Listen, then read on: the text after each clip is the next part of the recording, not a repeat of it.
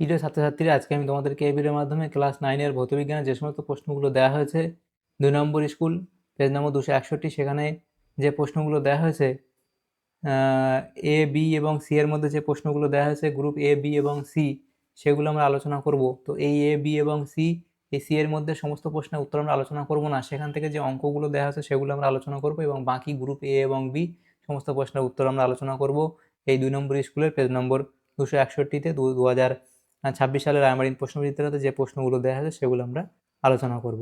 তো তোমরা ভিডিওটা শুরু থেকে শেষ অবধি অবশ্যই দেখবে, আর চ্যানেলে যদি নতুন হয়ে থাকে অবশ্যই তোমরা চ্যানেলটাকে সাবস্ক্রাইব করে রাখবে পরবর্তী স্কুলগুলোর প্রশ্ন উত্তর পাওয়ার জন্য। আজকে আমরা আলোচনা করব এই 2 নম্বর স্কুলের প্রশ্ন উত্তরগুলো।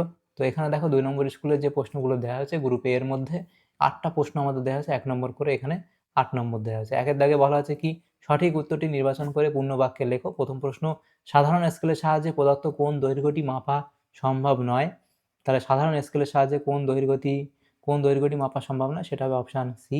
এর পরবর্তী প্রশ্ন কি বলা হয়েছে, মাত্রাহীন কিন্তু এককযুক্ত একটি রাশি হলো, মাত্রাহীন কিন্তু এককযুক্ত একটি রাশি হলো, সেটা হবে অপশান ডি, অর্থাৎ এখানে অপশান ডি হবে। পরবর্তী প্রশ্ন, সবচেয়ে ছোট এককটি হলো, তাহলে সবচেয়ে ছোট একক কোনটা? তাহলে এখান থেকে সব থেকে ছোট একক সেটা হবে অপশান বি, অর্থাৎ এখানে ন্যানোমিটার। এর পরবর্তী প্রশ্ন কি, সেটা বলা হয়েছে দেখো, সমত্বরণে গতিশীল বস্তুর ত্বরণ সময় লেখচিত্রের নতির মান এখানে কোনটা হবে? তাহলে সেটা এখানে হবে 0, অপশান এ। এর পরবর্তী প্রশ্ন, সরণ ও অতিক্রান্ত দূরত্বের অনুপাত, সরণ ও অতিক্রান্ত দূরত্বের অনুপাত সর্বদা less than equals to 1, option D. এর পরবর্তী প্রশ্ন, কোনো পরমাণুর যোজ্যতা কক্ষে সর্বোচ্চ কতগুলি ইলেকট্রন থাকতে পারে? তাহলে সেটা এখানে 8টি, অপশান সি। এর পরবর্তী প্রশ্ন দেওয়া হয়েছে দেখো, যে কি বলা হয়েছে, সেটা কি বলা হয়েছে দেখো, যে একটি ত্রিযোজী ক্যাটায়নের ইলেকট্রন সংখ্যা 10 হলে মৌলটির পরমাণু ক্রমাঙ্ক হবে। তাহলে পরমাণু ক্রমাঙ্ক কত হবে?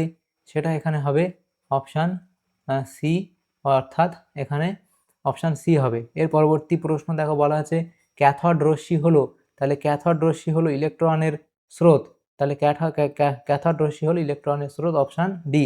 এর পরবর্তী যে প্রশ্নগুলো আছে দেখো, এমসিকিউ টাইপ প্রশ্ন হলো, গ্রুপ বিতে যে প্রশ্নগুলো আছে দেখো, 2-এর দাগে বলা আছে নিম্নলিখিত প্রশ্নগুলি অতি সংক্ষিপ্ত উত্তর দাও। এখানে 7টা প্রশ্ন দেওয়া হয়েছে, 1 নম্বর করে এখানে 7 নম্বর দেওয়া হয়েছে। 2-এর দাগের 1-এর প্রশ্ন কি বলা হয়েছে দেখো, শূন্যস্থান পূরণ করো। ওজন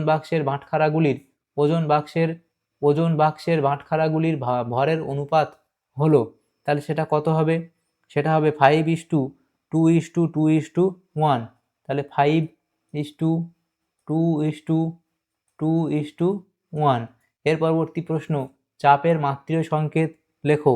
তাহলে চাপের মাত্রীয় সংকেত কি? তাহলে চাপের মাত্রীয় সংকেত, এই 2-এর দাগের প্রশ্নটা এখানে লিখে দিই। চাপের মাত্রীয় সংকেত হলো m L⁻⁻1 T⁻²। অথবা দিয়ে প্রশ্ন, সাধারণ স্কেলের লঘিষ্ঠ ধ্রুবকের মান কত? সাধারণ স্কেলের লঘিষ্ঠ ধ্রুবকের মান কত? সেটা হবে 0.1 সেমি। এর পরবর্তী প্রশ্ন, বেগ সময় লেখচিত্রে নতি কোন ভৌত রাশিকে নির্দেশ করে? তাহলে সেটা হবে কি, ত্বরণকে নির্দেশ করে। এর পরবর্তী প্রশ্ন, সমবেগে ধাবমান এমন একটি বস্তুর চলার পথটি কেমন হবে? তাহলে সেটা হবে কি, সরল রৈখিক।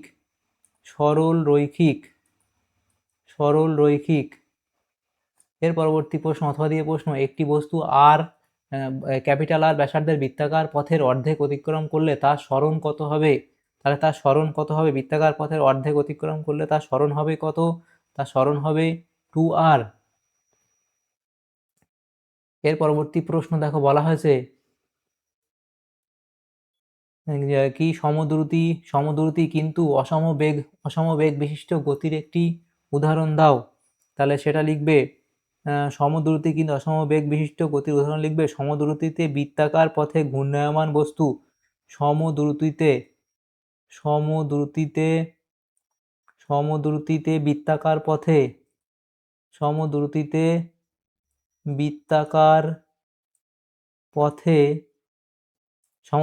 বৃত্তাকার পথে ঘূর্ণায়মান বস্তুর গতি ঘূর্ণায়মান বস্তুর গতি। পরবর্তী প্রশ্ন, পরমাণুর মধ্যে সবচেয়ে ভারী কণা কোনটি? পরমাণুর মধ্যে সবচেয়ে ভারী কণা কোনটি? সেটা হবে নিউট্রন। এর পরবর্তী প্রশ্ন, কোনো পরমাণুর তৃতীয় মুখ্য শক্তি স্তরে সর্বাধিক কয়টি ইলেকট্রন থাকতে পারে? তাহলে সেটা হবে 18টি। এর পরবর্তী প্রশ্ন অথবা দিয়ে প্রশ্ন, পরমাণু নিউক্লিয়াসের মধ্যে ক্রিয়াশীল নিউক্লিয় বলের একটি বৈশিষ্ট্য লেখো। তা লিখবে এটি অত্যন্ত স্বল্প পাল্লার আকর্ষণ বল। এটি অত্যন্ত স্বল্প স্বল্প পাল্লার এটি অত্যন্ত স্বল্প পাল্লার আকর্ষণ আকর্ষণ বল। এর পরবর্তী প্রশ্নগুলো দেখো কি বলা হয়েছে। গ্রুপ সি এর মধ্যে 8টা প্রশ্ন 2 নম্বর করে দেওয়া হয়েছে। তো প্রথম যে প্রশ্নটা আছে দেখো 3 দাগের 1, এই অঙ্কটা আমরা করে দেব। তো প্রথম প্রশ্ন বলা হয়েছে দেখো 100 গ্রাম ভরের একটি পাথরের টুকরোকে একটি মাপনী চোঙে থাকা 500 সিসি জলে পুরোপুরি ডুবিয়ে দিলে জলতলের পাঠ পাওয়া যায় 520 সিসি। পাথরটির উপাদানের ঘনত্ব কত? তাহলে দেখো এখানে ঘনত্ব আমরা যখন নির্ণয় করব, তাহলে ঘনত্ব সমান সমান কি হবে? ঘনত্ব নির্ণয় করব যখন আমরা, তখন কি হবে? পাথরের আয়তন সমান সমান লিখতে পারি আমরা কি? পাথরের আয়তন সমান সমান আমরা লিখতে পারি কি? 520 মাইনাস আমরা 500 লিখতে পারবো। 520 মাইনাস 500 সিসি সমান সমান আমাদের 20 সিসি হবে। তারপরে পাথরের ভর কত হবে? তাহলে পাথরের ভর আমরা জানি কত? 100 গ্রাম। আর অতএব ঘনত্ব সমান সমান কি জানি আমরা? ঘনত্ব সমান সমান আমরা কি জানি? ভর বাই আয়তন। তাহলে ভর কত? ভর হচ্ছে 100 গ্রাম। ভর হচ্ছে 100 গ্রাম। আর আছে আয়তন, সেটা কত? 20 সিসি। তাহলে এই 20টা কাটলে 5, তাহলে সমান সমান লিখতে পারি কি? 5 গ্রাম পার সিসি। এটা হবে উত্তর।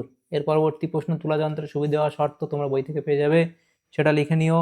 এর পরবর্তী প্রশ্ন কি? একক সহ একটি স্কেলার ও একটি ভেক্টর রাশির নাম লেখো যাদের একক 3টি মৌলিক একক দিয়ে গঠিত। তাহলে দেখো একটি স্কেলার রাশির নাম এটা লিখবে, সেটা লিখবে কি? কার্য লিখবে এটা। আর ভেক্টর রাশিটার নাম কি লিখবে? সেটা লিখবে বল। এরপরে বৃত্তীয় গতি ও ঘূর্ণন গতির মধ্যে পার্থক্য উদাহরণ সহ বোঝাও, সেটা বই থেকে তোমরা করে নিও। পরবর্তী প্রশ্ন, এক ব্যক্তি পূর্ব দিকে 12 মিটার হাঁটার পর উত্তর দিকে 5 মিটার হাঁটলো, ব্যক্তির সরণ নির্ণয় করো। তাহলে এটা আমরা পিথাগোরাসের সূত্র অনুযায়ী এটা করতে পারবো। দেখো এই 4 দাগের যে অঙ্কটা, এক ব্যক্তি, দেখো আমরা যদি এটা উত্তর, দক্ষিণ, পূর্ব আর পশ্চিম যদি করি, তাহলে দেখো এখানে কি বলা হয়েছে যে এক ব্যক্তি 12 মিটার পূর্ব দিকে 12 মিটার হাঁটলো। পূর্ব দিকে মানে এখান থেকে শুরু করে এদিকে 12 মিটার হাঁটলো, এবং কি পরে উত্তর দিকে 5 মিটার হাঁটলো। তাহলে উত্তর হচ্ছে ওপরের দিকে যাবে, এদিকে আবার 5 মিটার যাবে। তাহলে কি হবে? ব্যক্তির সরণ কত? তাহলে ব্যক্তিটা এখান থেকে শুরু করেছিল হাঁটাটা, তাহলে এখান থেকে এইটা হচ্ছে তার সরণ হবে। তাহলে আমরা যদি এ ধরি, বি ধরি এটা, এবং সি ধরি, তাহলে এ সি এইটা হচ্ছে তার সরণ। তাহলে পিথাগোরাসের সূত্র অনুযায়ী কি? অধিভুজ হচ্ছে এসি, অধিভুজ স্কয়ার সমান সমান কি? লম্ব স্কয়ার, লম্ব হচ্ছে বিসি, লম্ব স্কয়ার প্লাস ভূমি স্কয়ার বিএ বা এবি স্কয়ার। তাহলে এখানে আমরা ভ্যালুগুলো বসালে কি হবে? বিসি স্কয়ার কত হবে? এই যে বিসি স্কয়ার হচ্ছে 5-এর স্কয়ার হবে, প্লাস বিএ স্কয়ার হচ্ছে 12-এর স্কয়ার হবে। তাহলে 5-এর স্কয়ার 5 5 25, 12 স্কয়ার 144, যোগ করলে কত হবে? 169। এই পরের লাইনে এসি স্কয়ার সমান সমান 169, তারপরের লাইনে এসি সমান সমান রুট 169, তারপরের লাইনে এসি সমান সমান আমরা কত লিখতে পারি? 13 গুণ 13। অতএব এসি সমান সমান আমাদের কত হবে? 13। তাহলে কি ব্যক্তি সরণ কত হবে? ব্যক্তি সরণ হবে 13। এর পরবর্তী প্রশ্ন কি আছে দেখো, পরবর্তী প্রশ্নটা এখানে বলা হয়েছে যে বেগ সমান লেখচিত্র থেকে এটা সমীকরণটি প্রতিষ্ঠা করে, এটা বই থেকে করে নিও। পরবর্তী প্রশ্ন, একটি গাড়ি স্থির অবস্থা থেকে 6 মিটার/সেকেন্ড স্কোয়ার সমত্বরণে চলতে শুরু করলে 15 সেকেন্ডে গাড়িটি কত দূর অতিক্রম করবে? তাহলে দেখো গাড়িটি কত দূর অতিক্রম করবে, তাহলে এখানে আমাদের কি কি ভ্যালু দেওয়া আছে, এই 5-এর দাগের অঙ্কটা কি কি ভ্যালু দেওয়া আছে দেখো, অথবা দিয়ে অঙ্কটা কি, 5-এর দাগের অরের অঙ্কটা কি কি ভ্যালু দেওয়া আছে সেটা হচ্ছে এখানে দেখো আমাদের প্রাথমিক বেগ ইউ 0, তারপর দেখো আমাদের ত্বরণ এখানে কি স্থির অবস্থা থেকে 6 মিটার/সেকেন্ড সমত্বরণে চলছে, তাহলে এ কত 6 মিটার/সেকেন্ড স্কোয়ার, সময় কত টি সমান সমান 15 সেকেন্ড দেওয়া আছে। তাহলে দেখো আমরা সূত্র কি জানি, আমরা জানি S equals to ut plus half at square. তাহলে এখানে আমাদের অতিক্রান্ত দূরত্ব এখানে কি বলা হয়েছে, 15 সেকেন্ডে কত দূরত্ব অতিক্রম করে, তাহলে এস এর ভ্যালু আমাদের বার করতে হবে। তাহলে ইউ এর ভ্যালু কত, 0 ইন্টু টি হচ্ছে 15 প্লাস হাফ ইন্টু এ এর মান কত 6 ইন্টু টি হচ্ছে কত, টি এর ভ্যালু কত দেওয়া আছে, টি হচ্ছে এখানে আমাদের 15 সেকেন্ড, তাহলে 15 স্কোয়ার, তাহলে 15 ইন্টু 0 গুণ করলে 0 প্লাস এদিকে 2 দিয়ে কাটলে 3, তাহলে 3 গুণ 15 স্কোয়ার করলে কত হবে 225। পরের লাইনে কত হবে, 0টা 0 হয়ে গেল, তাহলে 3 আর 3 দিয়ে 225 গুণ করলে কত হবে আমাদের, এটা হবে 675 মিটার। তাহলে এটা হবে আমাদের উত্তর। এর পরবর্তী প্রশ্ন দেখো দেওয়া আছে রাদারফোর্ডের পরমাণু মডেলের দুটি ত্রুটি উল্লেখ করো, সেটা তোমরা বই থেকে করে নিও। পরবর্তী প্রশ্ন, পরমাণু ও আয়নের মধ্যে দুটি পার্থক্য, সেটা করে নেবে। আইসোটোপগুলির রাসায়নিক ধর্ম অভিন্ন হয় কেন, সেটাও তোমরা করে নিও। পরবর্তী যে অঙ্কটা আছে দেখো এখানে এই যে এটা দেওয়া আছে, পরমাণুতে কোন কণা কত সংখ্যক আছে তা লেখো, কোন কণা কত সংখ্যক আছে তা লিখতে বলা হয়েছে। তাহলে দেখো এখানে কোন কণা কত সংখ্যক আছে তা লিখতে বলা হয়েছে। তাহলে আমরা এখানে এই অঙ্কটা করি, এই 6-এর দাগের 8-এর অঙ্কটা এখানে করি। এই 8-এর দাগের অঙ্কটা এখানে প্রোটন সংখ্যা বার করি আমরা, প্রোটন। তাহলে প্রোটন সংখ্যা কটা আছে, এখানে নিচে যেটা থাকে সেটা প্রোটনে 18টা প্রোটন সংখ্যা আছে, 18। এবং তাহলে 18টা ইলেকট্রন সংখ্যা কত, তাহলে সেটা হবে 18। ইলেকট্রন সংখ্যা সেটা হবে 18। এবং তাহলে নিউট্রন সংখ্যা কত হবে, নিউট্রন সংখ্যা, তাহলে এখানে এটা করি, নিউট্রন সংখ্যা লিখি, নিউট্রন সংখ্যা কত হবে, এখান থেকে এই যে 40, সেখান থেকে আমাদের এই 18 বাদ দিতে হবে, তাহলে বাদ দিলে আমাদের কত আসবে, সেটা হবে আমাদের 22। তাহলে এটা আমাদের হবে 22। তাহলে এটা আমরা এভাবে করে নেব। তাহলে অঙ্কগুলো আমাদের ছিল গ্রুপ সি এর মধ্যে। তাহলে দেখো আমাদের এখানে যে প্রশ্নগুলো ছিল সেগুলো আলোচনা করলাম, গ্রুপ এ, বি এবং সি। গ্রুপ এ এবং বিতে সমস্ত প্রশ্নের উত্তর আলোচনা করলাম, এবং গ্রুপ সি এর মধ্যে যে অঙ্কগুলো ছিল সেগুলো আলোচনা করলাম। তোমাদের যদি সামান্যতম উপকার এসে থাকে ভিডিওটা, অবশ্যই একটা লাইক করবে এবং বেশি বেশি করে বন্ধুদের সাথে শেয়ার করবে। আর পরবর্তী যে পেজগুলো আছে, অর্থাৎ পেজ যে স্কুলগুলো আছে সেগুলোর প্রশ্ন উত্তরগুলো পাওয়ার জন্য অবশ্যই তোমরা আমাদের চ্যানেলটাকে সাবস্ক্রাইব করে রাখবে। Thank you, thanks for watching.